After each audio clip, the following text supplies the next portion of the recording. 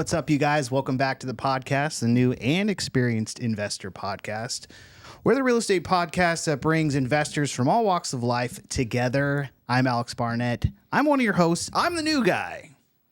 My name's Joe Holmes, and I guess that makes me the experienced guy. Oh, yeah. So much experience. It just oozes out of you. Anyway, we got an amazing guest here today. I'm super stoked. He was hard to get. He's flying around the country.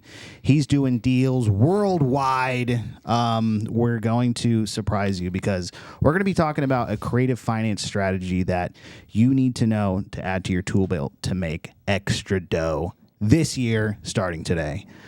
Before we do that, before we bring him in, let's talk about our meetup. On the 24th of June? On the 24th, yeah. In Irvine, Hangar 24, 6 o'clock. Oh, yeah. Be there. And this young man, which we will introduce you to in a second, will be our guest speaker. Oh, yeah. I am looking forward to it. So make sure you guys show up. We have a ton of amazing investors, private money lenders, contractors, anything you need, they are there. So it's always a good time. All right. Well, let's not mess around anymore. Let's go ahead and bring our guest in today. We got Trever Ahing.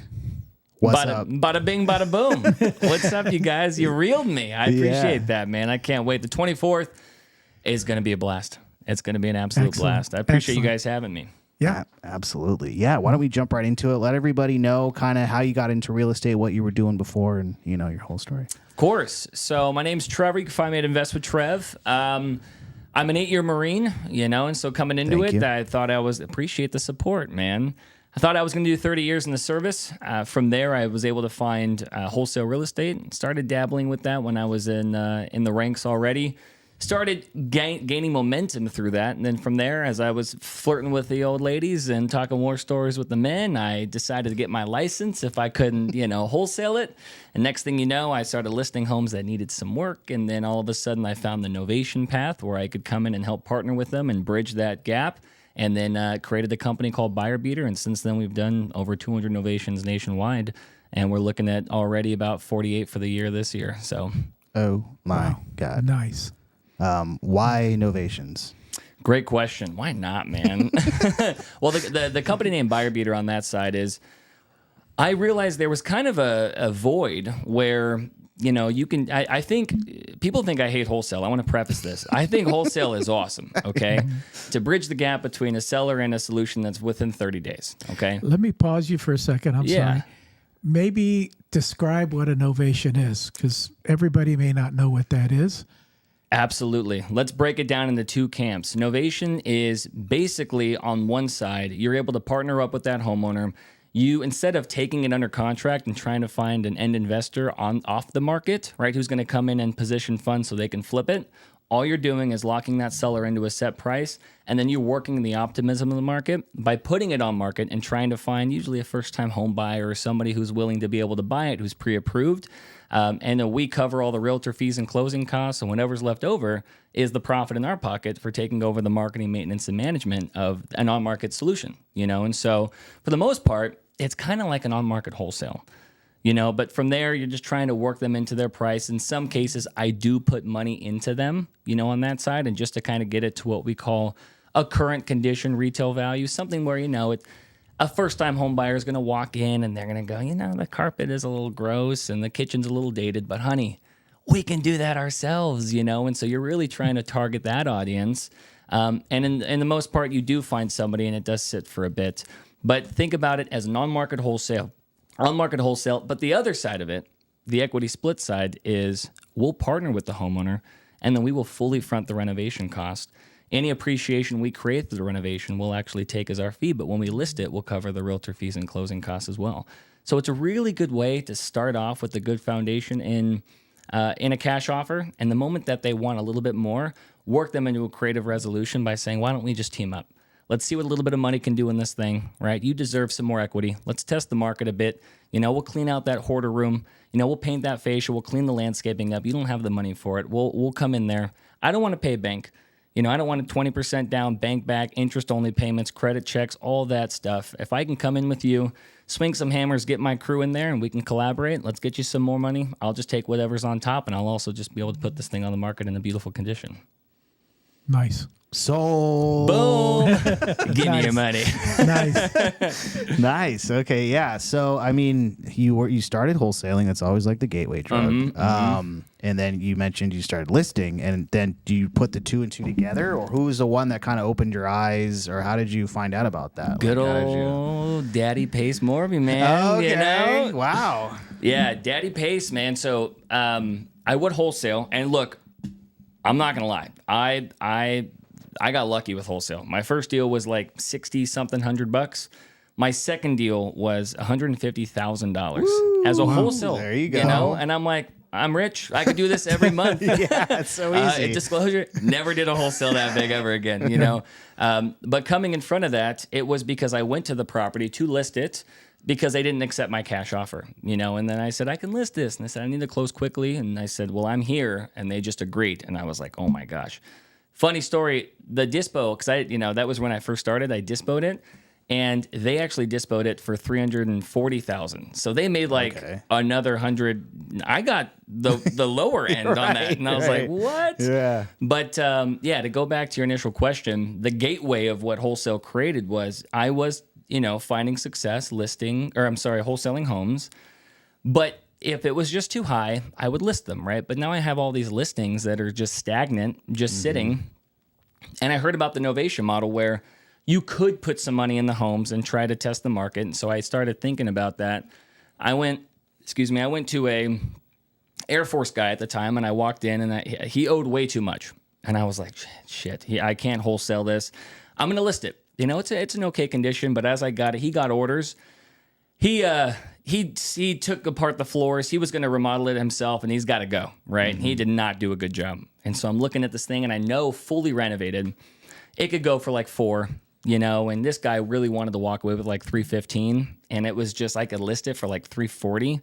And after everything for it sitting, it was going to get like $3, and I just pitched it. I literally was like, look, I'm an investor. I put my investor hat on. I'd be like $240. I could list this at $350, let it sit, but I got something better for you. I got a crew ready to go. I had nobody, dude. I've never done this. I got a crew ready to go, and I got funds ready to deploy, and I had some money, and I do this all the time. I've never done this. And I said, if I can guarantee you $315, why don't I just come in and why don't I just do the work with my guys? And then afterwards, I'll just list it. I'll in-house my commission, cover the buyer's agent costs and your closing costs. And if there's anything left, I'll take. He loved it. We flipped over our listing agreement, started writing terms. I'm like, I promise you I'm professional. I went back and I went to Pace's community. I got the right contracts. And about 2.5 weeks later, it was on market, sold for $5,000 more. And I made about $60,000 on this deal. And I went back and revisited all of my dead leads to do the same thing and made a bunch of money through that because nobody's really doing it like that, Right. And so it was a really cool model to kind of bridge the two of on-market agency that, are stagnant listings and dead wholesale deals. You just kind of combine the two and you can play middleman all day. Right. And I was taking a look at BuyerBeater, and it kind of you're kind of talking to wholesalers, right? Like they can come and they can work with you, and you're like, bring me your dead leads and we can work together. Is that something that? Yeah, I've never actually gone direct to sellers in years, probably about 3 years. I foster a community now where you got all these dead deals collecting cobwebs. You guys are high producers. If you guys incorporated this and you're like, look, old dog, new trick. I don't want to recreate the wheel. I want to partner with a company that specializes in this. I'm a dispositions company. I dispose via wholesale, via Novations. So if you find it, we'll fund it, take it to the finish line, and we'll collab. But all of my deals just come from wholesalers and fix and flippers and agents submitting it, going, hey, there's room in this thing. Can this be a Novation? And we take a look at it, provide our service, and walk away with a lot of money on things that necessarily wouldn't. Love that. Have you done any Novations, Joe? No. Oh, we're going to change that. Yeah. Okay. I never have because I'm sure there's paperwork involved. And my question has always been, well, I know you're a professional. I know you know how to do this. But what happens with that one deal that you can't sell at the end of the day? Mm-hmm. Great question. That's probably the number one rebuttal that we get. So I'm going to use some quick numbers. If a deal, let's say the ARV is 500,000 fully renovated, right? And it needs 50K worth of work in it. You're going to wholesale this thing, what, 280, 300? You're going to come in there 70 cents on the dollar, normal formula, right? The moment that seller says, kick rocks, Joe, that's way too low, right? I need 350. Dead wholesale deal turned into a perfect novation. Let's say it's vacant. I'm going to get, it's a long story longer, right? Because I love this question. So if we're at 350 for the seller and we can collaborate and we bring in $50,000 ourselves, now we're at 400, right? The thing's going to appraise for 500, like all the other comps in the area. After realtor fees and closing costs, we're at what, 465, and then now we're all in 400. Our 50 just made us 65,000 private, right? So in the case it doesn't sell, right? Let's just say you're putting it out for 500, market takes a correction, rates go up, and nothing's selling above 470 now. Now our 50 just made us what, 30, 35, you see? So it's still over. I mean, our margins are an average about 68% cash on the low end, but we in California and certain states will average above 106% cash on cash because of the equity that we create. So I'm okay reducing. So I'll put it out there. And if I have a buyer, and I'm honest, I've tried to tease a little bit and really try to fish for a higher price. Never again. If I got somebody coming in at 490, and my agent goes, hold out, this is the first weekend, I just take it. My minimum's around 70%. They come in, we're good to go. So our baseline of that $100,000 of equity that we create through that 50K is all the wiggle you need to make sure that you're getting an offer where you can still make a sizable return and make sure the seller gets exactly what they want. Okay. And then obviously you have a contract and you put the seller under contract. How is that process handled in escrow? How do you get paid? We get paid two different ways. So we open up escrow with the intent to purchase, right? Purchase and sale agreement, right? We are a buyer and or novator though. So we do come in, we've opened up escrow, we have an earnest that we put in. And so we have the intent to buy, and a novation is just a replacement of one's position on a contract. So they understand what our closing conditions are, and that's where we come in. We will then renovate the home on behalf of them in an as-is condition. We're going to get it to a 2024 turnkey status. And our closing period doesn't begin until the property is listed on market. So we usually have about 3 months on market once we're fully renovated to sell. Now, in the case it doesn't sell, right? We've never had to do this. But in the case it doesn't sell, we'll just buy it.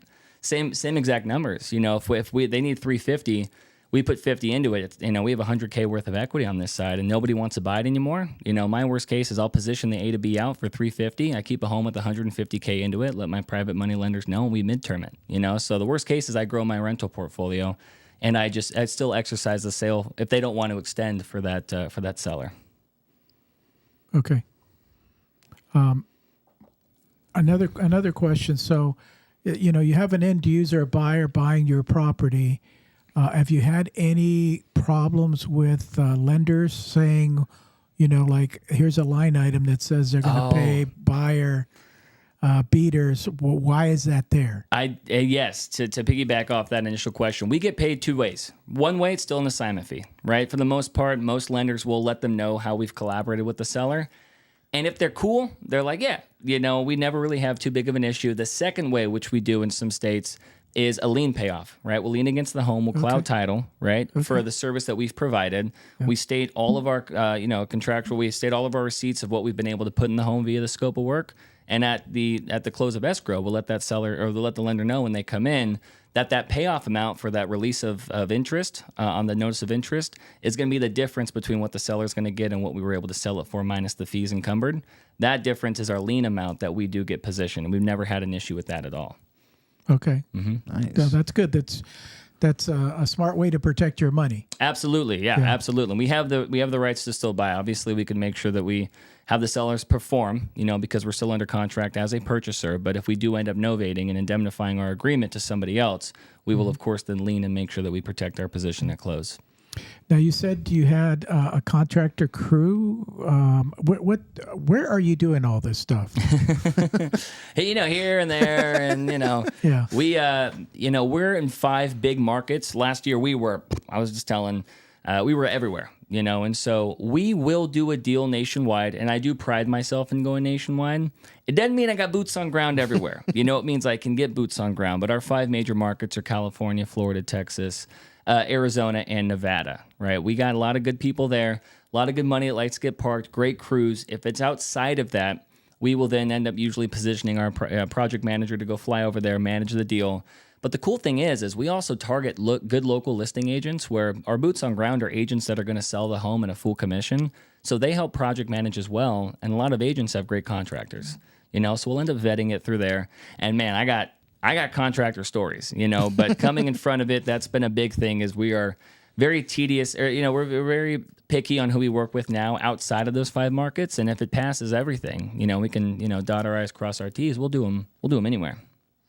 So there's big companies here that, reach out to agents and they say, okay, well, if you have a seller that's looking to sell a home that needs some repairs, we will come in and rehab the property for you, not charge anything up front, obviously collect it at the end. Mm-hmm.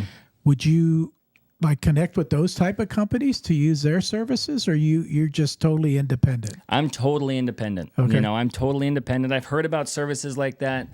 There is one, oh my goodness. I was just hearing about this because the seller was like, well, you're pretty comparable to this. But I'm like, yeah, we are, but I'm an investor. It's more of a mom and pop. I got a great intimate team. This is what we do. We're not going to treat you like a number. We're going to treat you like family, and so coming forward from there, I'm a big fan of over communicating with them. And they tend to like that. So there definitely are companies that do it. I know a lot of brokers and agents who will put money in the home and they don't charge anything. They'll just get it on the back end. This is just a way to be able to, remove that exposure for them, let them focus on listing, and we come in as that service. So I've definitely heard of companies. I don't think I've recreated the wheel on anything, but I've definitely just kind of automated it, for investors that want to be a little bit more intimate and kind of fire and forget on deals that don't fit your buy box per se. Okay. Maybe walk us through a deal. So seller, ring, I'm in Texas. Obviously, you live out here, correct? I do. In California. Mm-hmm. So I'm in Texas, and I want to, hire your services. I want to sell my house. I'm not getting enough from wholesalers. Hopefully, you can beat that. And you say yes. So what are the next steps? What do you specifically do and your team do? So for that, we call that the warm handoff, right? So a lot of wholesalers will use you, Joe, as an example. If you're talking to a homeowner and then that's your model is a wholesale, right? You're going to come in as a cash investor. We want you to set the precedent. And I tell everybody in my community, right? I work for you. I'm your creative finance department. So I don't want them to feel like you're just passing them off. Biggest thing is when you get in front of them, you go, hey, Becky. Every seller for some reason is always Becky to me. Hey, Becky. This is where my price is. Unfortunately, this is going to be my ceiling because I'm going to be buying all cash.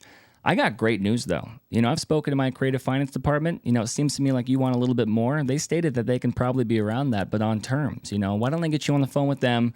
They specialize in this. We'll go over some properties that they've done local to you, and if that's the case and ends up working out, I'll just be on the sidelines making sure that everything goes smoothly, right? And so from there, you've set up that conversation. You find out when Becky can talk to our team, and then Paige or whoever's, she's our lead acquisitions. We get on the phone.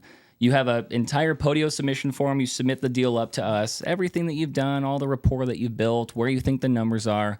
We have a verification department that's going to take a look, make sure it's going to meet our minimum. We're going to see kind of where it's at, make sure it's an area that we like. Then from there, we're going to figure out the time that you scheduled a call for us. We jump on the phone on behalf of you. Oh my God, he spoke to Joe. Love Joe. Okay, we do a lot of stuff that's a little creative for him, right? That's outside of the traditional norm. This deal, it's looking like we're going to be able to approve you for our equity protection program or our equity split program, and in doing so, what does that entail? Equity protection is a property that's currently occupied, right? So it's somebody that the seller lives in it. Even though it needs work, we're not going to move them. I've done, live and flips, and it's a headache, right? It's worked, but it's a headache. So for this, it's a traditional novation. We just say, hey, we're going to protect you with your equity. This is your asking that we've gotten from Joe. Is that correct? Okay, well, hey, I do know the property does need some work. If we can come in there, we've actually approved up to $5,000 worth of work at no cost to you, right? And in doing so, we'll have our contractor walk it, right? Probably with one of our agents. When they go agents, you go, yeah.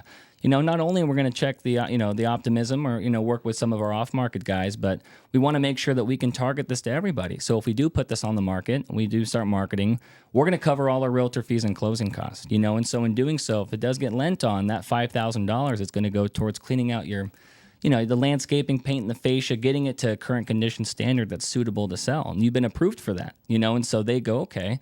So if they get a certain amount, let's just say those initial numbers, they need 350. Well, we know we're not going to get 500, but if I clean it up a little bit, change the water heater out and get some really good photos in there and a top 1% agent, I put it out there for 439 and somebody walks it in a couple weeks, they offer 420. Well, after everything, my couple $1,000 still made me about 30 grand, and our average equity protection is about 33,000. Seller gets exactly what they want. We get the exposure of the market.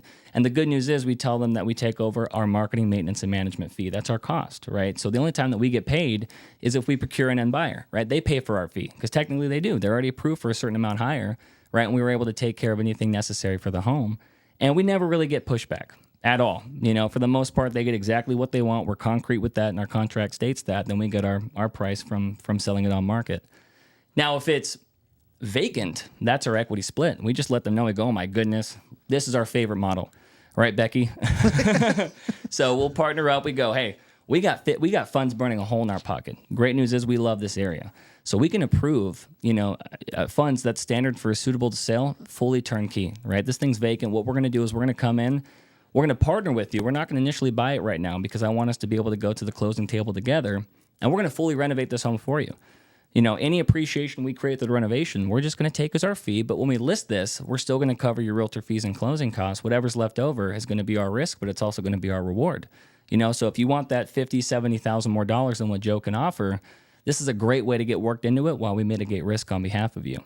And they love it. It's like a partner. And everybody wants to flip a house, So all the Beckys and everybody, they're like, oh my goodness, this is so much fun because I let them be a part of it. It happens. I still get Christmas cards from some of my Novation, clientele because they loved it so much. And so we will do that, and we make them as much a part of it as possible. This is where people mess up. Everybody who does Novations, you need to over communicate and make them feel like they're part of an HGTV show. Right. I already know what I'm going to do for the backsplash. It's either going to be eggshell white or Swiss coffee or something, but Becky decides, hey, honey, which one do you like? And she's like, oh my goodness, they get to feel like they're a part of these processes. And when it's done and they see you making a couple $100K, they don't care because they see all the work that you put into their dad who passed or whatever situation they're in. Because I target the 5 Ds. I say it all the time. I should get it tattooed on me, 5 Ds. The 5 Ds, man. Death, distress, divorce, debt, and duds, like dud listings. When you target those people out and you can position a collaborative way to both make money, they don't care how much you make if you do it correctly. Right. Yeah. And because you're on the internet, you hear all the horror stories where somebody did an ovation and then they put all the work in, and then the last second the seller tries to wiggle out of it.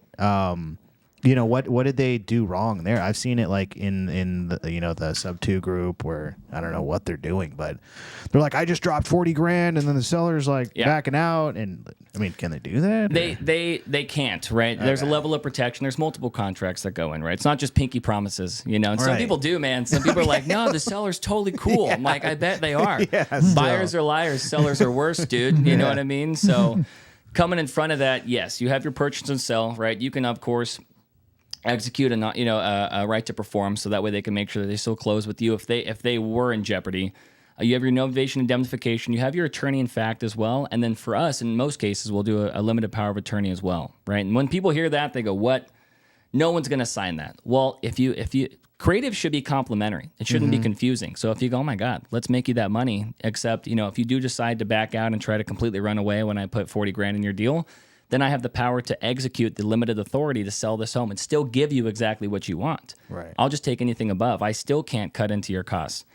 When it's performed that way, they're completely fine, but there is paperwork to protect you, or you can just close out that position. But I'll tell you right now, novations that go awry, it is a communication issue. They treat it like a wholesale, Right.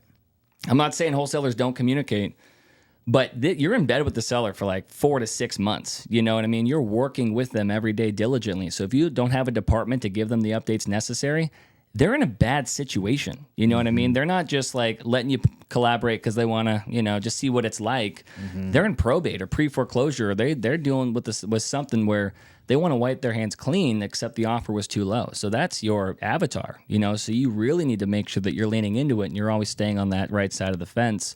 And when you don't for a couple weeks, who's still calling them, by the way? Every wholesaler ever, right?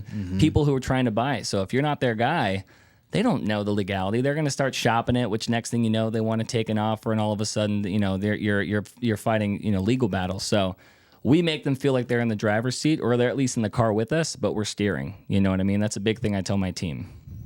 Love that. Yeah. Yeah. I think you're totally right. It's like when you get the person on your side, they pretty much don't have any issues, especially with what you're making. And like you said, because that was one of the other things I think I saw recently was like, yeah, they saw how much we were making and they had a problem with that.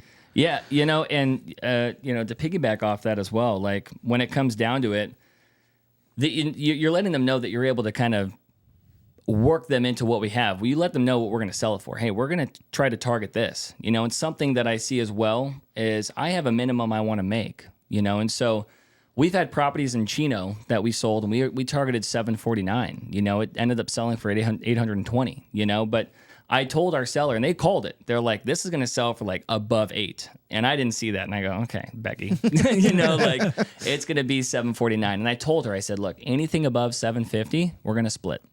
So that way, no matter what, they feel like they're getting, they're on the same, they're working with you. And so lo and behold, they made like another 30 grand.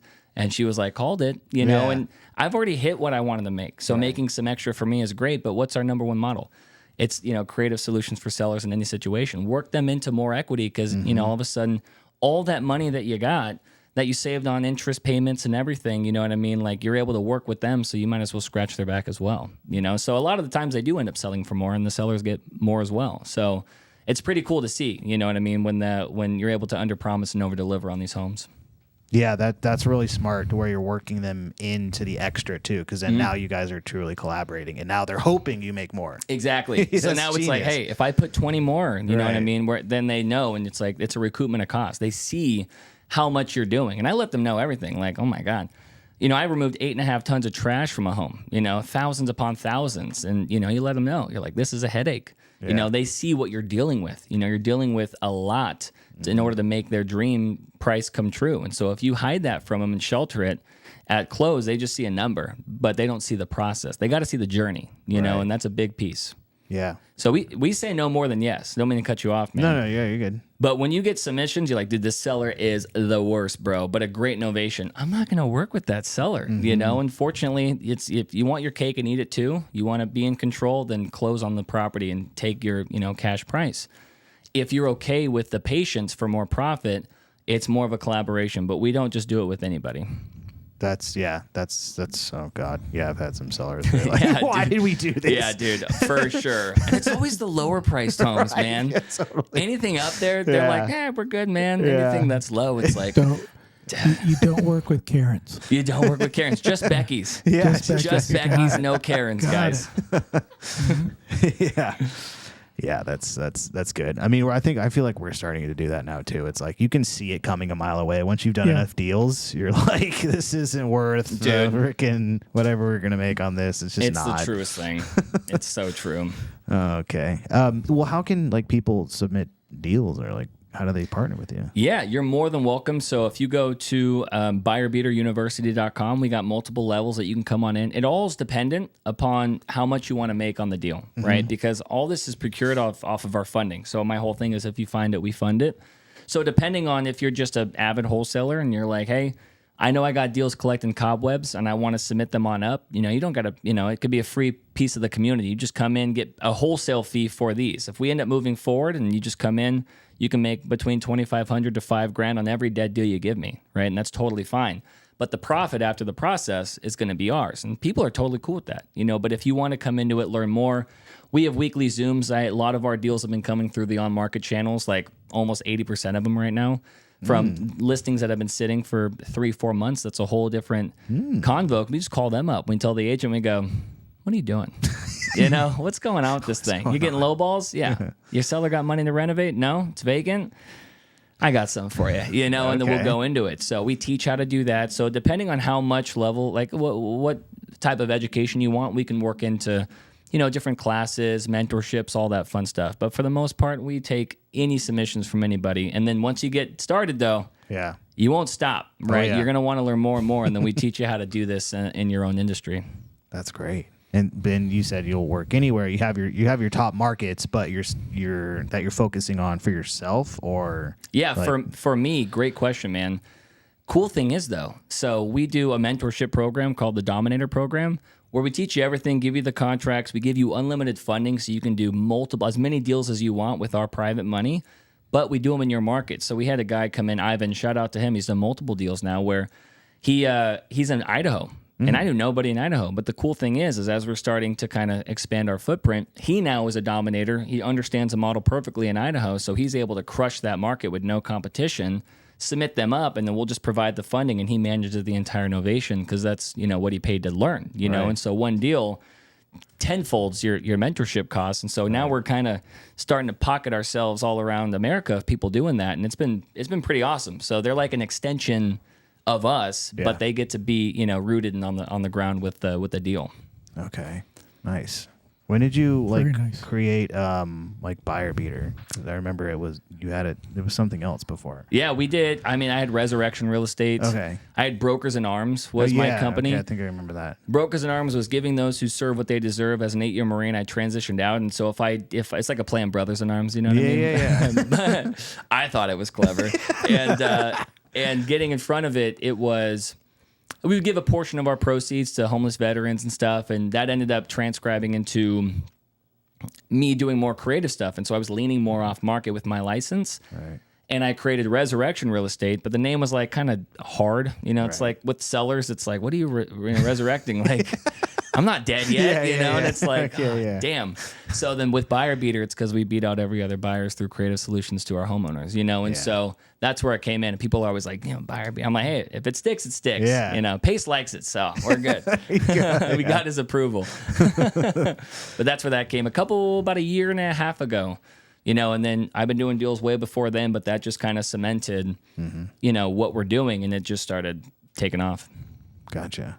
Now, Novations work great for flips, as you're mentioning. Does that work for any like long-term thing, or are you starting to hold properties now, or? Yeah, man. So yeah, dude, good setup on that. Novations are great to collaborate with the homeowners to give them their price. And what we're seeing now is we're partnering up with Pad Split a lot. And Pad Split is a midterm rental, space where you can rent out by the room, put up some drywall, and get paid weekly. And what we started doing is we're working with our homeowners. They have a certain set price. We just provide the renovations to get it to a Pad Split position. We come in there. We have our DSCR lender walk it. We have a conventional lender check it out. We'll refinance that A to B out. We'll end up taking that property and we'll Pad Split it. So we're renovating homes that we don't have to own, and then we'll leave some of our equity in the deal because it's going to appraise as a single family, just as it would if we were to sell it, except we end up keeping this for our portfolio. And that's been pretty cool. And the sellers don't care what you do with the home. They just want a certain set number. So we'll position the A to B. We'll just take it over and continue to hold and start Pad Splitting. So we're doing that right now in Texas, Phoenix, Sacramento. I don't know if I can say that, but they just started in Sacramento in August or something, a launch party. And then, did I say Texas? Yeah, Texas. Yeah, that's where we're at right now. So we'll continue to expand, but it's a super cool way to really create seller finance opportunities to where we can grow a portfolio. Because all we need now is our private money. We did one with only $15K to put up some walls and, clean up the property, and it's appraised for a lot more. And we just, do an 80-20, loan out, get them out, and we just end up taking that bad boy over, And so it's really cool to not have to put a bunch of money in to make a bunch of money. We can just start growing our portfolio 3 at a time a month now with the same amount of money you would need to put down with, one flip, or one hold. Right. And you have to furnish it and all that, or? Yeah, they're like picky on it. You need with Airbnbs, we were talking offline, we furnish everything. You know what I mean? Right. Toilet papers, all this stuff. With this, it's kind of it's household amenities, toilet paper, but it's not. You do no dishware, no silverware. They could bring their own TVs. You just need a bed, a nightstand, and sometimes mainly a desk, and they want to come in and make it their own because the common areas that you have are drywalled now. Right. And so they don't really like people chilling. And the people there are, like I said, Starbucks baristas, or they just got out of college. They're just kind of living somewhere to test the waters. The average span of somebody there is like 6 to 8 months, so they're pretty midterm, but you can rate them to make sure they're not a freaking weirdo and stuff, you know, and that's pretty cool. And they'll help manage that whole thing. So very minimal furnishings, just really by the room. But because there's not really any other common areas or couches or anything, they want nothing in the house really. Wow. So are you looking at every deal that comes in? You're like, could this be a pad split? I mean, yeah. My team's like, yeah, we'll make more like this. I go, yeah. But no, it's by market. You know, I would say Texas and Northern California, yeah. Phoenix, yeah. But I mean, Florida, we haven't at all. All of our deals in Florida still, you know, I mean, for the most part, it's 90-10. 90% always novations, right? 2% wholesales listings if we can't make a novation work, if they want to go quicker, yada yada, and then the rest are pad splits because we just started, you know, we just started with this and it's taken off. So I'm excited though. I'm really excited with pad splits. Yeah, that sounds good. And you know, obviously being able to hold as much as possible is you know, the end game, dude. It totally is. It's so funny. You know, all of my rentals right now are sub 2s. And I love it, you know. And I was telling you before, and they're like, you know, what do you do when it comes yada yada? I'm like, dude, I have no idea how to landlord. You know, I have so many other people that help me out in regards to this. So as I'm growing my portfolio, I'm like, maybe I should know what I'm doing. You know what I mean on this? And so leaning into it with pad splits has been pretty cool to start looking at that stuff because Garrett and people I partner with, people are so smart with that. It's so, my mantra was going deep with novations. Outside of that, you're always a student. You know, now I'm looking at holds. I'm like, dude. Yeah. I should start doing this. And they're like, yeah, like years ago, dude. And I'm like, damn it. Yeah. It's like there's so many ways to make money. You have to chunk it out and focus on one thing. Otherwise, you just end up doing nothing. Analysis paralysis, man. It's the biggest thing. I see it all the time, man. Imperfect action's better than perfect non-action. Yeah. I say that, and it's the truest statement ever, man. Just do it. Only way to get better at pull-ups is to do pull-ups. Only good way to get better at calls is to make calls. Yeah. You know, and so if you're not doing that and you're asking yourself why you're kicking yourself in the butt and not getting a deal, you're the problem. You know, get on the phone and get on the phone. Thank you. And freaking do it. Yeah. So, you know, people might not like that accountability. That comes from the Marine Corps, you know what I mean? I'm like, dude, look yourself in the mirror. Yeah. And I hear it all the time. You know, I'm sure you guys always do as well. You know, you're special. I'm like, no, dude. Just consistency, man. Real estate should be boring and consistent, man. You know, it's not rocket science. It's systems. Yeah, totally. And I mean, it sounds like you said, you surrounded yourself with people that, you know, can help you if you're going to jump into something. That's one of the biggest like superpowers, just partnering with someone who's already doing it. Huge. And it's like you can cut out so many of the mistakes. Yeah, and even mistakes, you know, my partner says the best. He's like, no, it's just a really expensive lesson. I'm like, yeah, you know, it totally was. You know what I mean? It's like, we probably shouldn't have spent $60,000 on that. And like, it's a really expensive lesson, you know, because you're going to make it back. But the thing is, you're coming into it. And sometimes it does work. You know what I mean? So you got to risk it to get the biscuit a bit. You know, of course, you know, risk tolerance, you know what I mean? But I agree completely, you know, but don't look at it to get you down. Look at it like, well, learn that lesson. You know what I mean? Yeah. You were just talking about that today. Yeah. You're like, that's just how you learn. Yeah. You know?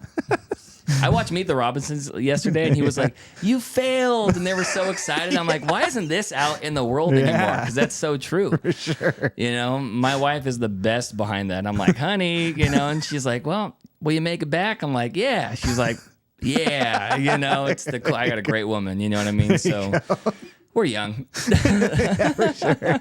You can take some risks and you're like, why did I do that? I know.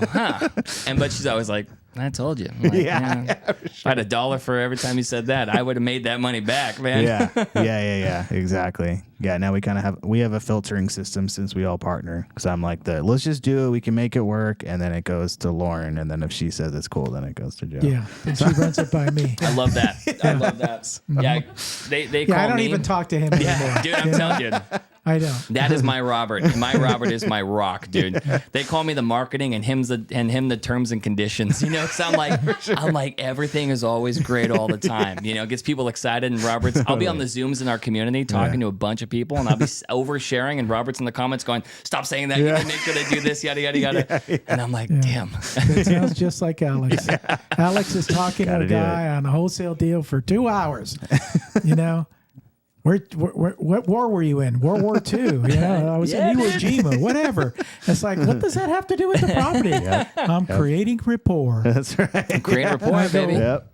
Cut the rapport, move on. Yeah. Dude, Okay. so true. Yep. And I'll be like, But this there's is It's gonna not a work. Betty, You it's need a both. Karen. You need both. It's not a Betty, it's a Karen. That is You're talking hilarious. to a Karen. You Yeah. know, she's not going to sell. Yeah. Yeah. Move on. We've I'm identified that. A lot like you. Yeah. Was not in the military. Appreciate your service. Oh, thank you for your support. But yeah, get to the point. You know, it's like, tell me what's going on. I'll tell you the answer, and hopefully a yes or no, and let's move on. Yeah. You know, why do I have to discuss this for 10 hours? Could be 10 minutes is 10 hours to you. It is. Absolutely it is. Dude, my partner, he just got the house right next door to me, right? And so it's awesome. the best, Oh my God, and that's so so he cool. bought it creatively. And as he gets there, it's so funny because the same solar guy, we have solar. I don't know why people still come to our house, but I'm like a Labrador, so they come and I'm like, oh, let's hear his sales skills, and so we talk for like 30 minutes and yeah, same thing. At the end, he's like, so you ready? I go, oh, no, buddy. I got a bunch already, man. But great job. You can hear him go next door, and my partner, he'll answer the door, and he goes, what kind of value are you about to bring me right now? And it's so cut and dry. And the guy's like, well, do you need solar? He goes, does it look like I need solar? And it's, dude, you got to get both sides of the fence. I feel so bad for these guys when they leave. They get the complete opposite end of the spectrum. You're like, get when a they hit our practice house. run on me. It's all good. I'll be an easy. I'll be an easy sell. I talked to this guy today. He wants me to sit in on a podcast with his owner of his company, and he starts out the conversation. Calls me, starts out the conversation. Goes, Joe, I'm calling from blah blah blah, and I want you to know if you need to say no, say no. And so right away I said no. I knew who he was. And I go, I'm just joking with you. Why would you ask me a question like that up front? Because you're asking me to say no. Yeah. So I said no. And so, no, he went into his spiel, and I said, oh, yeah, sure, absolutely. I'll do that. Not a problem. I thought you were going to say no again. But don't start a conversation where, you're not looking to sell your house, are you? No? Yeah. 100%. I just listened to some calls with, with some people that are making some dials in my community. Framework. I'm like, why are you calling them starting off by saying, well, you're probably not going to like what I got to say. It's like, what are you doing? Well, I'm setting you up. No, you're not, man. Like, dude, you're putting them on a pedestal, man. So I agree with you completely. It's so funny. It's because they're trying not to be the bad. People are afraid of friction. It's the number one thing. Biggest thing my mentor said is lean into the no. Like, you got to go get it. You know what I mean? Lean into it. Tell them why. People avoid confrontation. You have to get to the point where, you know what? I don't really give a shit about what you have to say. Sorry.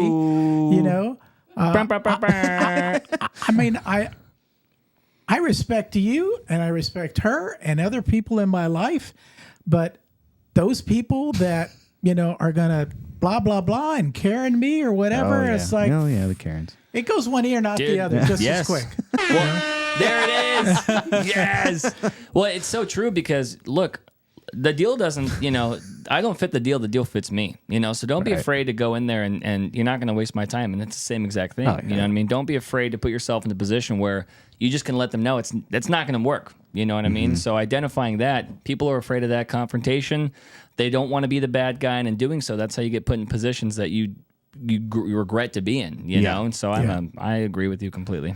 And sometimes like the price you're giving them is they're all about it. Like, it's not even a bad thing. Yeah. 'Cause people in their mind are like, why would they accept anything under this amount? Yeah. But some people are like, hey, if you can solve my problem right now and give me that amount, I'm good. Like, that's fine. Absolutely.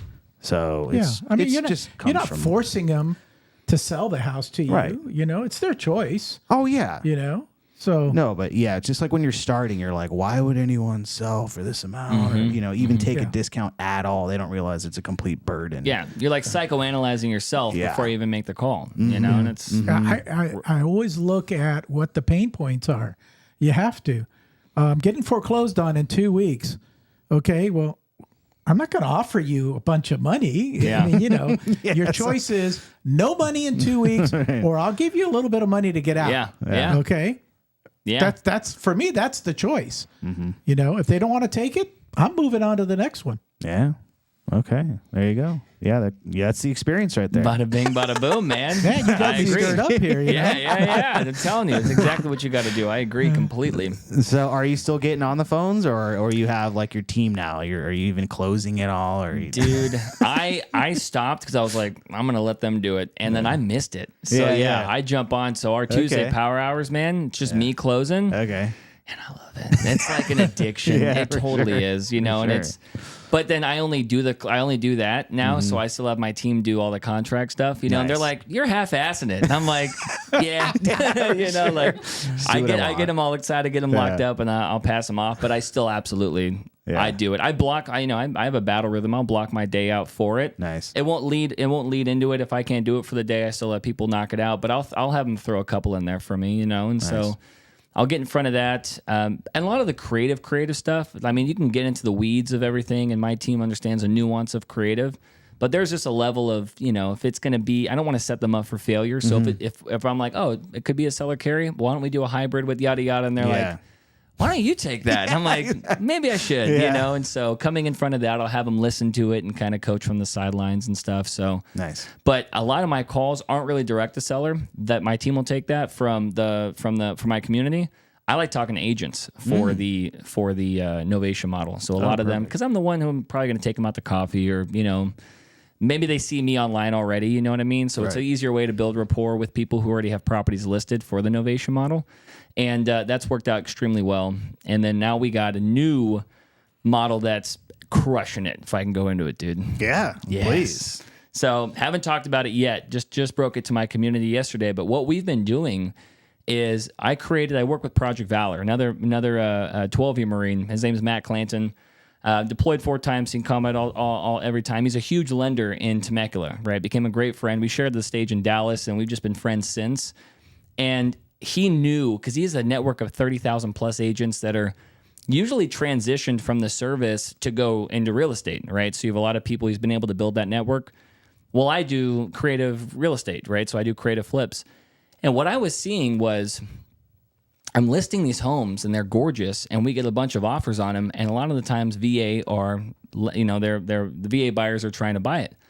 Well, what happens is, you know, so are conventional buyers that can waive the inspection contingency and, you know, go 20,000 more. And you can't do that with the VA, right? And so, of course, we're accepting the conventional, you know, over the VA. And I'm like, that just sucks because they're getting very discouraged. And I've been in that same situation as well. So I created something called the Veteran Home Advantage Program, where I work with buyer's agents through Project Valor, or if you're not part of it, it's totally fine. And I get their clients who are approved VA, ready to buy, and they've been trying to put offers on houses, and guess what's happening? You know, they're getting overbid, even in today's market, right? Anything that's a tract home, gorgeous, even they can secure financing. If you have a conventional buyer in there, they're taking it, right? So, and the VA can be a little, you know, picky on the inspection, so I kind of reverse engineered my model, and I talked to the buyer's agents. I said, look, if you can give me your buyer's criteria, you know, I can look at my community or at least foster deals online, right, where we can come in and put a full appraised offer on these homes that have been sitting for 90, 120, 150 days that need a bunch of work. And we'll come in there and we'll just provide all the work on behalf of both parties, right? And so that way that seller gets a guaranteed sell, right? The buyer gets to be able to come in an area that they want to be in and buy a home, and they get to help with the renovations as well. So if they want an accent wall or certain fixtures or whatever, we can help kind of renovate this Barbie dream home for our VA clients, right? Any appreciation we create through the renovation we'll take as our fee, and both agents get paid at close of sale. But we never hit market now, right? Because the VA inspection comes in, they're already approved. They put an earnest down, full appraised offer, contingent upon repairs being done. I fund the repairs, and I'm getting 50, 60% returns every single time I do that. The sellers love it because they get a hero to come in their house, right? They get to sell to, you know, a veteran. They get a guaranteed home sale. Listing agent, buyer's agent love it because they get paid at close of escrow way more than they would have made on that home that's been sitting. And then I just make the difference in between both. And it's been super cool. We cool. like started guinea pigging it. Now it's just taken off. And now we're just, if you're a buyer's agent, you know what I mean? You're trying to look at, you know, with VA clients, you need to come on over because we've kind of perfected this model. It's been pretty cool to renovate the home on what they want, you know, and so they were really eager to move in. That way they don't have to settle for a home that these service members don't really want to live in because they can't get what they want. Amazing, Nice. dude. Wow. Congrats. Thank Yeah, you. that's really cool. Thank you. That's really cool. That's a lot to take in. You're like, yeah, wow. no, yeah. I'm just like, that's freaking awesome, dude. I mean that you're creating these things too. You know what I mean? Like taking all your skills and creating new opportunities for people. It's like unbelievable. I appreciate that, man. Yeah. Let's jump over into our reaction. Yes. Time right now. So we're gonna throw up some videos, and then you give us your 2 cents. I'll do it. I'll give you 3 cents. Okay, perfect. All right, first we have a Novations pitch. Pitch to the seller is sometimes awkward. What value my guy are we Rich. bringing to the seller to do a novation that they can't just do it themselves? This is the toughest thing. There's people out there presenting it as an option when they say no to your cash offer. The way I pitch it is completely different. And I build suspense and tension. Look, Mr. Seller, doesn't look like this is going to end up being a match, but we'd have to be at X amount. My low anchor. I have a short pause. There's a program called the Concierge Service. They're very strict on the criteria. The good news is I've got a full approval. We have the network and the resources and the abilities to get deals done. We're going to be working with a third-party buyer. We'll handle any sort of repairs, inspections, anything that comes up. You get your net amount. We negotiate our fee from the buyer. We deliver the result on a silver platter. They hear the details when I'm running through the paperwork. Give them the basic idea and sell the sizzle. Don't wait for them to agree. I don't pitch the process. I pitch the result. Yeah. Follow Novation King. Subscribe to him. That is a really good friend of mine named Rich Okay, Wonders. nice. He is the epitome of what you want in a service for Novations as well.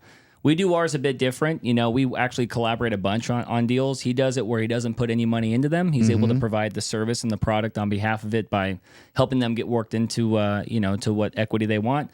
I usually do put money into mine, so he'll pass deals over to me. I'll pass deals on to him. Nice. And he's got a great community, and I got to plug him in. We're actually going to be doing a mastermind together in August at Phoenix. Okay. So that was kind of a perfect segue into it. But Okay. yeah, he's awesome, man. He's his pitches. He does lives a lot too. And it's something I always listen. I even tell my team, who've been doing this for years. I go listen to him. When it comes down to it, kind of coming there and baking some credibility on that side. So Nice. kudos, 10 out of 10. Would recommend. Okay. Awesome.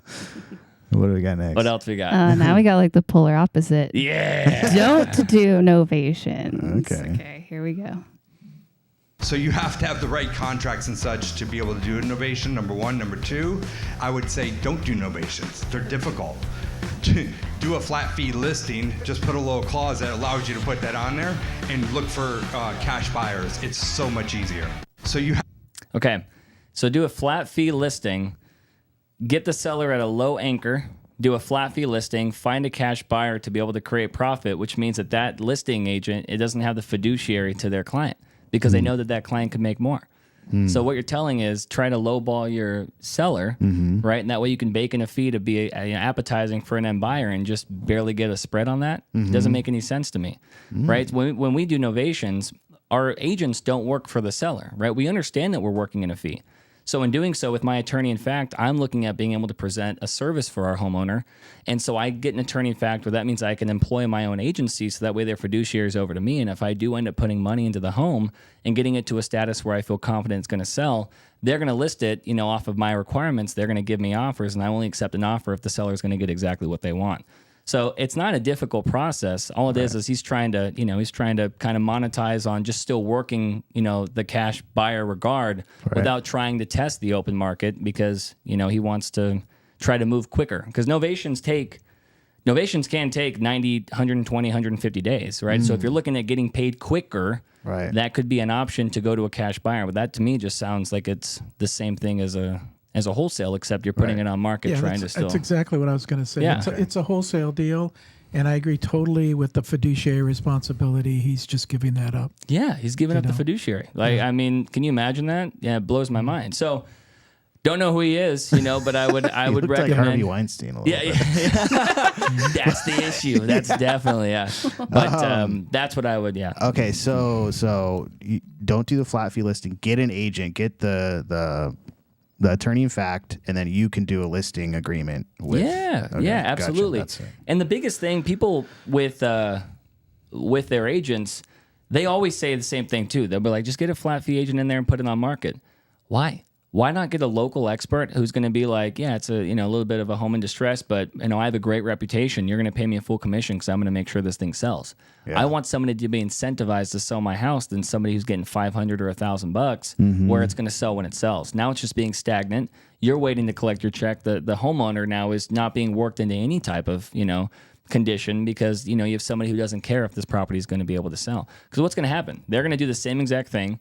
They're going to lock that deal up. He's going to get a flat fee, whether it's $1,000 or $2,000. If no cash buyer wants it, what's going to happen now? Just sits. That's just going to sit. Yeah, Or they're going to have to lower your seller. You know what I mean? Which is exactly why you want to avoid that situation. Right. Boom. Boom. Okay. All right, on to the next one. Dealing with real estate agents. Just so you'll know, whenever you're dealing with real estate agents, and I see some of you guys segueing in there, and I saw some of you guys saying, hey, we want the novation stuff, so I went ahead and gave you my contracts. But I will say something to you. In my opinion, the novation is probably the easiest deal to get in trouble with because you're dealing with agents. And you piss those people off, they have a little juice. When you're dealing with agents, you have to be massively careful what you're doing because, remember, you're dealing with the seller, you're getting into an agreement, whether you're going to just get into a regular multi-listing agreement or you're going to try to sell your contract online or you're going to do a pure novation. You're agreeing to a certain price. You shouldn't be agreeing to repairs. I don't do repair novations. And you're agreeing that you're probably going to pay closing costs and commissions. You got to make sure there's enough spread there so when the offer that you accept covers all that. This guy is absolutely correct. When it comes down to the agents, a good agent is going to have a good fiduciary, right? It's going to be able to make sure how is my seller taken care of. Now, the cool thing about agents, though, and why I love working with them so much is, and I always say this, and I love working with agents, but I do always like saying this, agents have a fiduciary to their homeowner, but they also have a fiduciary to their pockets, right? So when it comes down to making sure that, let's do an equity split deal, where once you're able to describe to the agent that you're going to come in, fully fund the repairs, this thing's been sitting anyway, in 30 more days it's going to be at the same price, you can't do seller concessions because it's going to work into the equity. Let's guarantee your homeowner a sell, right? And this is what he doesn't do. What he just said is, I don't do repair novations. I do, right? So that's great. If you were going to do, and you can see why a listing agent would like repair novations, because now they get to list a property that's going to benefit their portfolio. It's going to be fully renovated, and it's going to be a lot better for them as an agent to market and find suitable sellers that fit that criteria, not these rinky-dink houses that they're listing right now, right? Helps them out, makes them more money, because obviously it appraises for more in their commission. Seller gets a guaranteed sell. When you're doing a traditional novation, 100% agree. I would never target a novation on market because all you're doing, if you're not putting anything into it, is taking over the responsibility, if it's already not selling and still trying to market it out, at a price, and having that agent involved, they're just going to get pissed off. And obviously that seller, they've hired the agent for a reason. They probably look at him from an authoritative, perspective. So when that thing's stagnant again and you're not performing, and next thing you know, you are getting lowball offers, that's going to have to cut into what the seller you guaranteed them with closing costs and realtor fees. All you did was buy yourself a little bit of time to be slimy to try to relist it to make a fee. If you're not doing any value add and it's with an agent, don't ever do a novation. If you're direct to seller, you can make sure that you can work into the optimism of marketing, managing, and putting this property in the condition to sell. Hire an agent and then take over that experience. But that's why I do not guarantee a sell with novations. I don't. With the equity protection, with the equity split, I do if I put money into it. If I put $5,000 or less, and we had 3 last year that did not go through. Out of all the ones we did, 3 that didn't go through, I tell the homeowners, I go, look, give me 90 days. Let me come in there. If I put some repairs, that's on my cost, right? We're going to put it out there. The buyer is going to be able to procure my fee. I'm going to cover your realtor fees and closing costs. And I say, if it doesn't sell in 90 days, great news is you got an updated home. You got great photos. You see exactly where it can sell, and you get the pleasure of firing me, and they smile and chuckle, right? So I already set those expectations up front. I would never do a regular novation with an agent because I don't even think an agent would even take that. It's just the same thing the agent's doing, basically, Okay. It was a long answer. No. That's good. This is good. This is all good. All right, we got one more video here. This is scary real estate prediction. Dun, dun, dun. Big tsunami's coming. What's the big tsunami? The collapse of commercial real estate. Why does Berkshire Hathaway, Apple, Microsoft, Amazon, all sitting on hundreds of billions in cash? Waiting for assets to drop. Now, if you knew that 17 of the last 18 quarters, Mayfair real estate has gone down in value. You don't know that. They don't publish it. Why don't they? Because the banks have got a load of money in this Correct. property. Do you realize there's equivalent of 50 empty Empire State Buildings in Manhattan? Empty. And this is before interest rates went up. But I mean, a real estate crash is a good thing if you can buy when it's low, isn't it? Especially cash loaded like you. The big tsunami. He's like, yeah. Dude, don't you love that? But it's a good thing, though, if it drops for billionaires like he's like, well, shit. Yeah, I mean, yeah, it is, you know. Look, he's not wrong. My buddy Garrett, he, he's, Garrett Long? Yeah, I've seen the name. He brought this up about a year ago. He was like, dude, I got a lot of buddies in commercial who do development, industrial warehousing, all that stuff, office leasing. He's like, they cannot rent anything. Price per square foot, you have empty buildings. And so he's looked at doing wholesale with commercial buildings, private capital, ventures, hedge funds, people like that who want to secure, because you can get this at low cost and try to wholesale now multi-million dollar buildings. I don't know if he's done anything with it, but yeah, I can definitely see, us not looking, too good in regards to that. But I mean, if you look at the advice of anybody who bought a property in 08, what do they regret? They regret not buying more. You know what I mean? So you can definitely climb, you could take the rise with it. Novations are just a positionary flip directly with the homeowners. There's risk in everything, of course, even fixing and flipping. But if you don't know how to be able to reverse engineer a downfall as well and try to make money on that, then I highly recommend going creative and seeing exactly how you can monopolize on both ends of the coin. Absolutely. Is there a tsunami coming? Ooh, we're both glass half full kind of guys. You know what I mean? We're just running the marathon, dude. That's right. It doesn't matter either way. It doesn't matter either way. I will say my days on market have definitely, grown. They definitely have grown, but properties are still selling. You know, and that's kind of why. Look, why am I shifting as well? Why am I holding? It's because I can acquire these creatively and I can do congested living. Congested living is, I think, where you should really focus your money. 2024, end of 2024, 2025, you're going to have a lot of people who aren't necessarily asset-backed or want to be able to be put in a position of responsibility with buying a home. They want to just have somebody take care of everything. Their space is their space, and they're going to have a renter-ready mindset, right? And that's what we're seeing. A lot of people who just want to rent. If you can put a couple of people in those houses and just be able to create a sound environment for them, they're minimalists. A lot of people are minimalist nowadays, right? They don't need much besides a backpack because they're free spirits, dude, So provide housing for the free spirit. Are we back to the 60s and 70s? I know, man. I know. I'm just throwing it out there. I remember those days. You guys don't.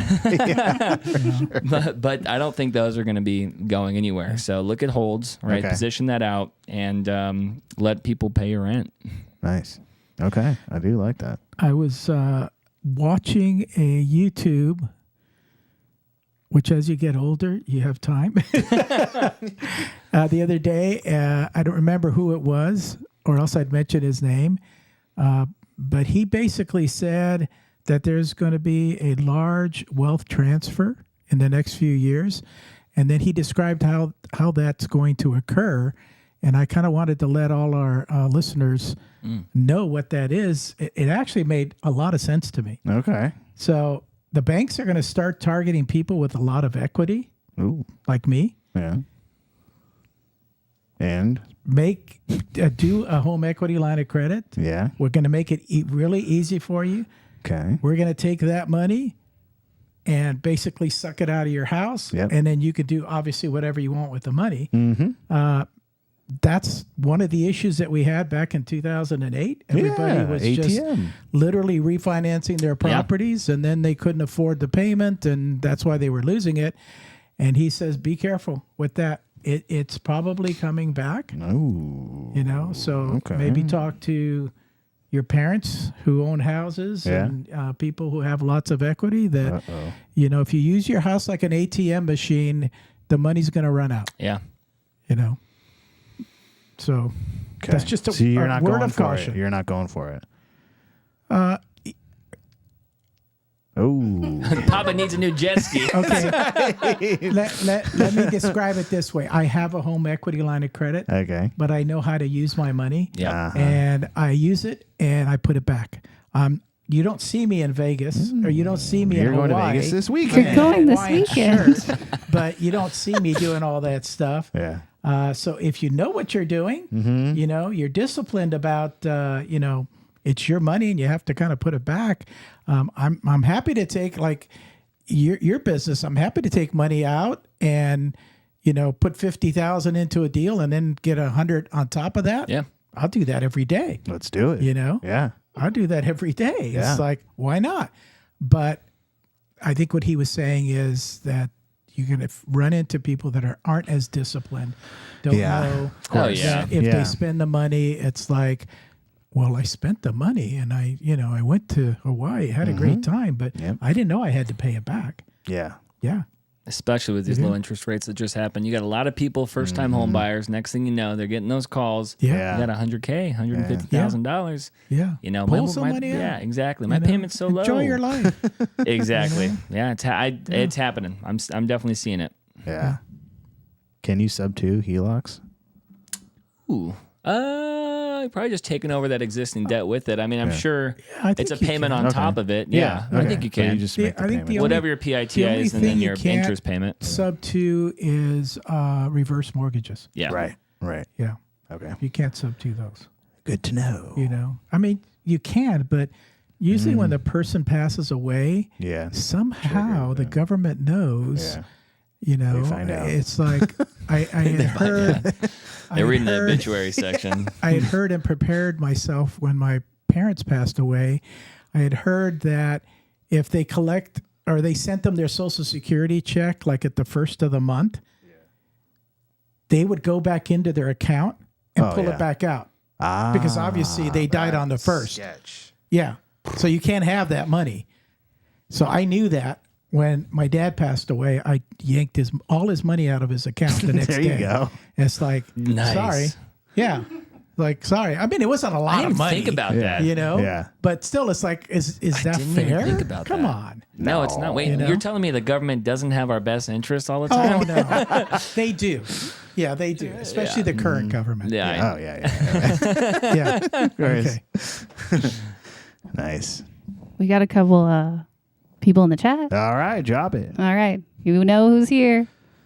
Get ready. Liz. Say hello. It's Liz. And she says hi. Nice. Hey, Liz. We have a question from Elisa. She asks, can I do a novation and pay the seller up front?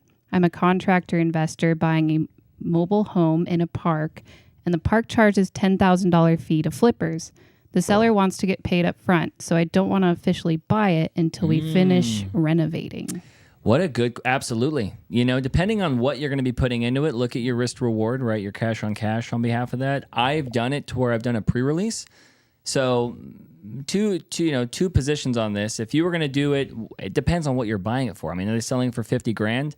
You could do a pre-release of 30, 40 into it. That way there is some skin in the game for them to be able to close at that close of escrow, and that way you can position yourself with them accordingly. But I highly recommend that. I've definitely done that. I think it's a really good way to go about it, especially getting around fees. The reason why I like Novations as well so much is because you're not transferring title for FHA buyers. You got a lot of people, a lot more buyer pool that's going to come in and be able to buy these Novations. I like that. If it's $150,000 but a $40,000 reno, I wouldn't recommend positioning all your money on that to try to recoup it at close of escrow, because I think you're just putting too many eggs in one basket. But I would like to look at that a little bit more. I think that's a really creative way to go in about it. And are you putting a lien on when you're doing the pre-release? Or Yeah. I always lean. When in doubt, lean it out, man. That's on my lower back, actually. So if you're gonna do a pre-release, Liz or anybody, yes, absolutely. Right before you end up positioning it, right, you are in escrow, lean against the property, cloud title, make sure that you have interest on the home, and then give them some money. Cool thing on two fronts though. One, of course, that's applicable to the purchase price, right? Mm-hmm. Second, something I didn't describe on this podcast, what we do as well is every month they have They have a mortgage for the most part, right? So, Liz, for you, if you're going to give them some, as well as I do this, I go, look, I'll give you $30,000 down right now, and then what's your mortgage? Let's say $2,800. I'll pay you $3,000 a month until it sells. So now I'm cash flowing them a couple $100. Why? A, it's a whole hell of a lot cheaper than interest only, right? B, it's applicable to the purchase price and see, you know, it removes any headache that they have so they can kick their feet back and let you kind of completely take over. So if it does take 4 or 5 months to sell, it's that $350 or whatever set amount minus the pre-release minus every month I've paid their mortgage, which is just $1 in is $1 out. So I see all the money I always put in my novations, and sellers love it, right? I'll cash flow them $1,000. I don't care, you know, because I'm going to see that money back. It's all about, you know, what your cash on cash tolerance is going to be. But I would recommend leaving some in there, you know, Liz, and giving them what they need in order to relocate or move. Keep that title in place, and then of course when you sell it, you know, transfer it and novate it. How do you lien a mobile home? I mean, in California, they're basically vehicles. Yeah, that's true. I haven't done too many mobiles. I know we've gotten some single family appraised manufactureds, but is this in California? You know, Yes. I mean, you could record a memorandum, right? But you might be right. You know, so I'd have to look into that. Where I don't got the answer on that one. Yeah, you may be able to. I mean, because the lender has. That's true. A lien on yeah, it, there is a lien on it. Yeah, but I just wanted to know if he kind of has done this before and he knew what the process was, because I know she's probably going to ask. Yeah, I'd probably record a memorandum, right? Cloud title on that side, and then just position it to where it's going to be a lien payoff rather than an assignment at close of escrow. I think it's all dependent on how much as well. I guess we got to see. All right, we got Stephanie in the chat. She says, "Oh my God, Becky, look at her novation." It is so big. That's good. Nice. All right. And we've got Chad asking, have you ever had one of your listing agents try to blow up your deal? Ooh, yes. Yes. Look, so great question, man. So when I go in and I get involved with a listing agent, a lot of the agents I use are repeat agents, right? But if I'm on market and I pitch it and they love it, I have our agents sign, because the fiduciaries with me, I have them sign an agent roles and responsibility sheet, and they endorse themselves to, because if I'm going to work you into a bigger commission, right, you're going to get a guaranteed sell, right, you're going to come over here and make more money and sell a home that's, you know, gorgeous. Every single week, you're going to do things for me, right? Most of the time, they're completely fine, right? You're going to walk the property once a week, or, you know, you're going to make sure that our contractor's doing the right thing. You're going to show private showings if I have buyers or whatever. And if you're just an agent that's not on top of it, some of the best advice I ever got is hire slow, fire fast. You know what I mean? So I'll get in front of it. I'll give them a warning, you know, and if they do it again, then they're gone. You know, you lost the listing. It wasn't selling anyway. And I look at their initial contract and I'm like, you were 17 days away from losing the listing anyway, right? I gave you, you know, everything on a golden platter, you know, and you still dropped the ball. So we fired a couple agents. And we always let the seller know. Like, we let them know, hey, this is X, Y, and Z. You know, we PIFW, you know, put it in writing. You can see what the F is for, right? And we'll get in front of it initially. We will do a counseling, like a hard warning, and then we will easily let them go. And then we'll get somebody in there who is going to do that for a freaking full commission. You know what I mean? So that is what we've done. But good agents, you know, they have great feedback. And their reputation is everything, you know. So if you're a first-time agent, you've only done a couple and you got in front of this, most of them are pretty excited, actually. You know, like they want to be more and more a part of it. But if you're just too busy, then you're too busy. So bye, you know. We've had some brokerages come back, you know, and they've been like, and look, we've even if they're going to want to fight it or whatever, they're pissed. We'll, at close of escrow, we'll give them some money. You know, I'm completely okay. I'm not afraid of putting money in people's pockets. You know, so if that's the case, I'll give you some money. But we won't work with you again. And that usually cures all with agents. Yeah. They're like, hey, I need some on my it. seller, it's just you, honey. Your seller got what they wanted, okay? Exactly. I would just write up short contracts with these listing agents. I mean, you know, of course they want 6 months or a year, you know, but I would just do like month to month. You know, that's a good idea too. I mean, yeah, you know, especially with a residential listing agreement, we just come in there and position it 30 days at a time or something and renew it. Yeah, absolutely. Robert, SOP. There we go. We're doing something. I think with us, it's kind of, you know, they've already been a part of it. So I think we just kind of give them, you know, the, you know, the credibility behind it there. It's like, okay, you know, just see if we can collaborate a bit, because we want them to really, you know, take it and run with it. But I do like that too, as another level of protection. I mean, you know, you're setting milestones. That's one of the milestones. If you're not meeting my expectations in 30 days, see you later. Yeah. Yeah. You know, if you're at least, I can see that at least you're working, you know, you're putting the effort out, then I'll extend it for another 30 days. I like that. I could see some maybe initial pushback from them, you know, because like, well, I could just have this listing no matter what, or I could fight for it. But then it's so funny. It's like, hey, just do your job. And they're like, I don't know. I can't guarantee anything. I can't guarantee I'm going to do it. But there's like 1.2 million real estate agents in the United States. It's like, come on. Yeah. You know, if you don't want to work, then step aside. We'll find somebody who does. Oh, yeah. Everyone's got their license. Yeah. Yeah. Everybody. Do you have your license? I do. I used to list, you Do know. You have a broker's license? I have no, I don't have a broker's license. I'm with Real Brokerage. Okay. Yeah, and I haven't done a transaction so my last transaction I did was about maybe a year and a half, 2 years ago. And I got this deal and I locked him in at $900,000, right? I put about 80 into it, sold it for 1.129, right? So I made a bunch of money, but I also made a full commission and that. And it's not illegal, but my board definitely brought me in. They're like, your name's here, and it's like here. And I'm like, yeah. And I broke it down for them. They're like, I mean, that's super smart, but like pretty sketchy. You know what I mean? Because my fiduciary technically was, of course, for my homeowner, I gave them exactly what we want, but my investor hat was on where I was denying offers because I knew what we were going to be at. So I was focused on my return and focused on what they were going to get. So I kind of was able to double dip a bit. Totally not illegal, but I highly recommend that if you're going to do this with your license, that you have somebody else, take over the ownership of the novation and you list it, or vice versa. You list it, take over the ownership, and just disclose you're an agent. Never had an issue. Seller didn't care. It's just, you got Karens in the boards and everything. They want to. They want to blow it up because they didn't think about it. You know? So you're telling me you could just, I'm like, yeah. They're like, how old are you? Like, literally, that's what they said. How old are you? So I didn't have a beard, you know what I mean? I'm like, what does that have to do with anything? You might be 12. Doing it like this for 40 years, young man. I know, exactly. You know? Old dogs, new tricks, just man. Can't do what you want. You can't just come in here and make more than me, you know? Old dogs, new tricks. So... Oh man, that was a fun We're time. not just picking on Karens. The guys do the same thing. Oh my gosh. Kevin's, Guys will position their strength all the time. They get that happens all the time. All the time. Right. We've got one more question if we've got time. It's from Chad again. He's asking if you can break down your minimum requirements on underwriting a novation deal. Ooh, great question. So it is we don't have an exact formula like you do with wholesale, kind of a buy box of what universally people would buy for.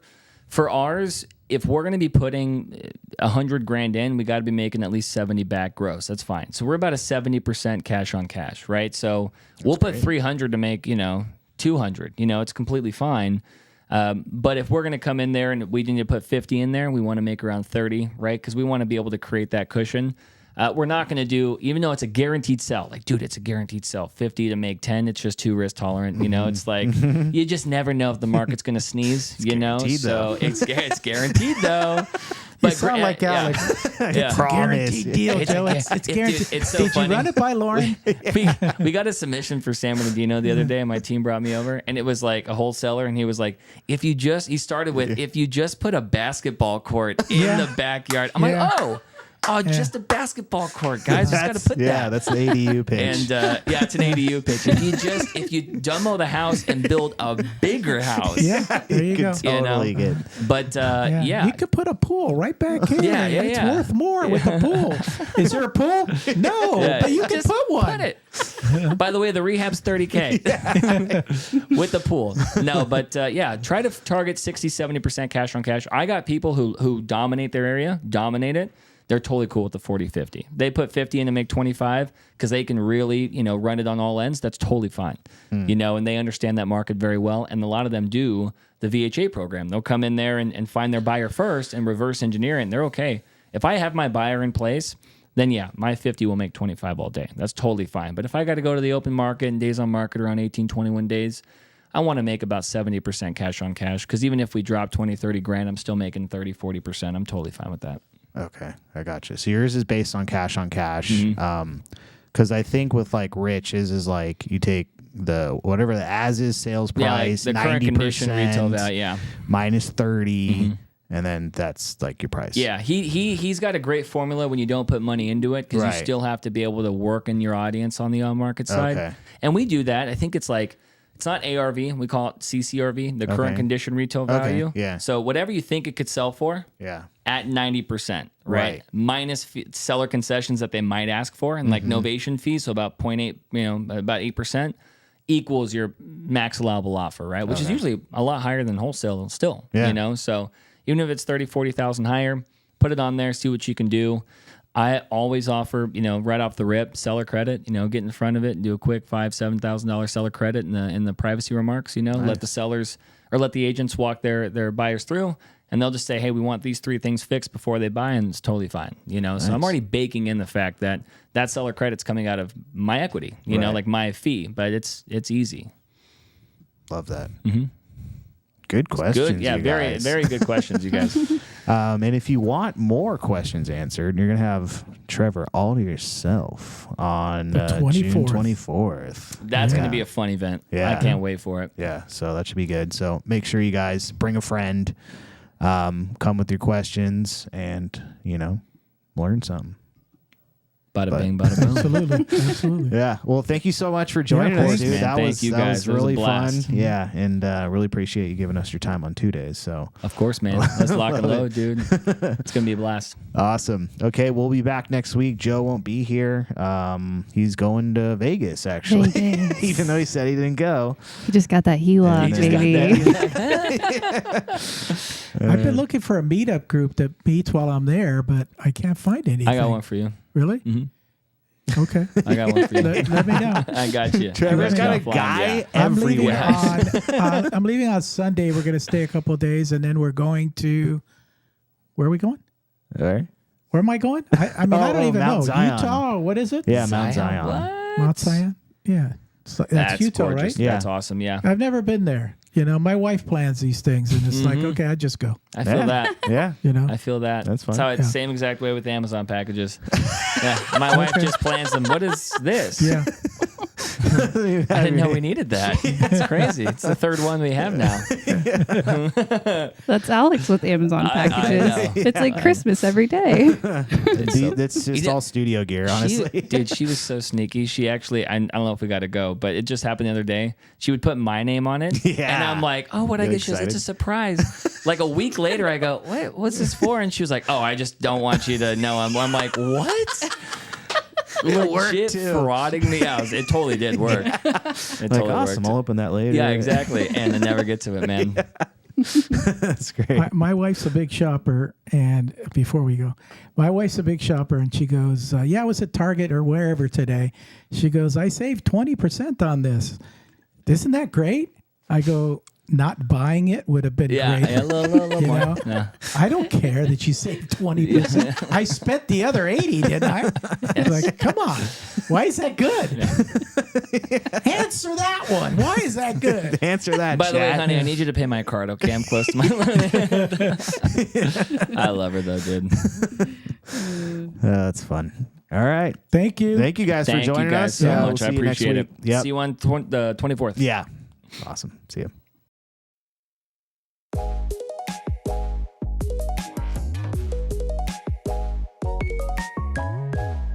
you want some more advice on real estate investing, reach out to us one-on-one.